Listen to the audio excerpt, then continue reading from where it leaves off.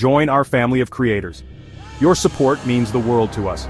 Subscribe now to the Content Creator channel. Your support keeps us motivated and helps us bring you fresh, exciting content every week. Hit that subscribe button and be part of our journey. Could it happen again? The question hangs in the air, a persistent and unsettling whisper in the national conversation. It's a question that feels both unthinkable and yet somehow increasingly plausible.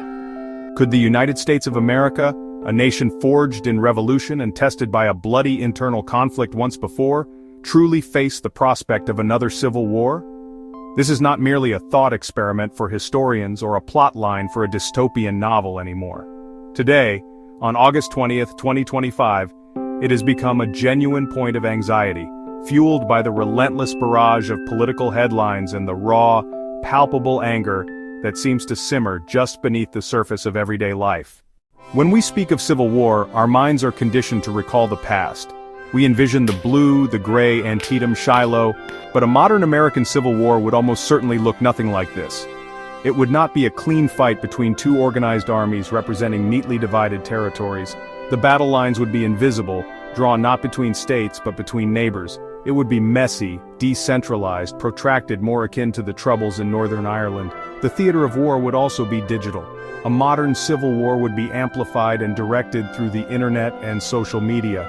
Cyber attacks would target critical infrastructure, financial systems, government databases.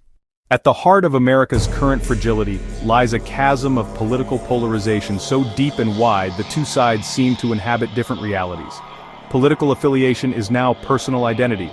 Political opponents have become existential enemies. Compromise feels like betrayal, negotiation feels like surrender.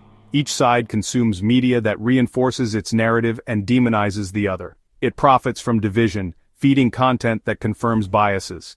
There is a growing disconnect between urban and rural America, different economic realities, different cultural values. A person living in a coastal metropolis may view rural inhabitants as backward and resistant to progress. Decades of deindustrialization have hollowed out communities that once thrived on manufacturing, leaving behind unemployment, despair, a feeling of being left behind. This economic pain often fuels social resentment. Race remains one of the most persistent and painful fault lines in American society. For some, events like the protests following the death of George Floyd were a righteous cry for justice. For others, they were riots that threatened law and order, leaving little room for a shared path forward. When we turn to the experts who study political violence and societal collapse, the outlook is honestly pretty sobering. They point to predictive models like the Political Instability Task Force funded by the CIA. Alarmingly, the United States now exhibits several of these markers, including high levels of political polarization and the erosion of democratic norms, factors more commonly associated with fragile states. Barbara F. Walter, a political scientist at the University of California, San Diego, has argued that the United States has entered anocracy, the murky territory between democracy and autocracy. It is in this phase that countries are most vulnerable to internal conflict. However, not all experts agree that the nation is on an irreversible path to conflict. They emphasize the immense strength and resilience of American institutions. The U.S. military remains a powerful force with deep-seated tradition of loyalty to the Constitution. For many, a deep sense of anxiety has just become a part of daily life. They feel like they're walking on eggshells, always afraid that a stray comment could ignite a confrontation. But there's this powerful current of defiance and resilience. For them, the current turmoil isn't a sign of collapse, but a necessary reckoning with the nation's flaws. Among another segment, especially in rural areas, there's a mix of deep-seated patriotism and profound distrust. They express fierce loyalty to the Constitution and the flag, but deep suspicion of federal institutions. Finally, there's the largest group of all, the weary and politically homeless middle. They're exhausted by the constant conflict, disgusted by the political rhetoric. The warning signs are waving with alarming intensity. One is the increasing prevalence of politically charged threats. Local school board members, election workers, federal judges, members of Congress now face constant harassment.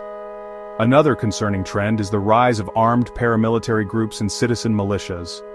They appear armed at political rallies, present themselves as necessary check on government tyranny. When people believe elections are fraudulent, that the justice system is weaponized, the shared foundation of society begins to crumble. The rhetoric has become increasingly dehumanizing. Opponents are described as vermin, traitors, tyrants. This creates a moral justification for taking extreme measures. A flashing red light on American democracy. Narrator, VO. Even as forces of division pull at the nation, there are powerful efforts underway to counteract them. Narrator, VO. Organizations like Braver Angels organize workshops where Republicans and Democrats meet not to debate, but to listen. Narrator, VO. Bipartisan groups of former officials are working to reform election laws, promote civic education. Narrator, VO. They're pushing for changes that would reduce incentives for extremism. Narrator, VO. Local groups are tackling problems like housing, education, workforce development in collaborative, nonpartisan ways. Narrator, VO. By focusing on shared challenges, they rebuild the social trust eroded by national politics. Narrator, VO. The most powerful force lies within everyday Americans who reject the politics of hatred. Narrator, VO. These are individual acts of civic grace, a quiet insistence that shared humanity matters more than political differences. We find ourselves in the late summer of 2025, at a precipice. The question of civil war is no longer fringe academic debate. It's mainstream concern rooted in real divisions. We've seen how modern conflict would be fought with bullets, bites, and disinformation. The fissures are deep, cleaving the nation along lines of ideology, geography, and identity. The path forward is not predetermined. America is not fated to collapse into violence. The future will be built by choices we make individually and collectively. History teaches us that societies can pull back from the brink. It requires leaders to choose unity over division, and citizens to reward them for it. It means engaging with those we disagree with, not as enemies but as fellow citizens to be understood. Focus on vast common ground that still exists, desire for safe communities, opportunity for children. These choices, multiplied by millions, can change the emotional climate of the nation. The most potent antidote to division is hope, not passive optimism, but active, rugged hope. The more perfect union is not a destination but a continuous project, a perpetual struggle. The choice is ours. We can continue down the path of suspicion and animosity, or we can begin the hard work of rebuilding trust and rediscovering our shared identity as Americans.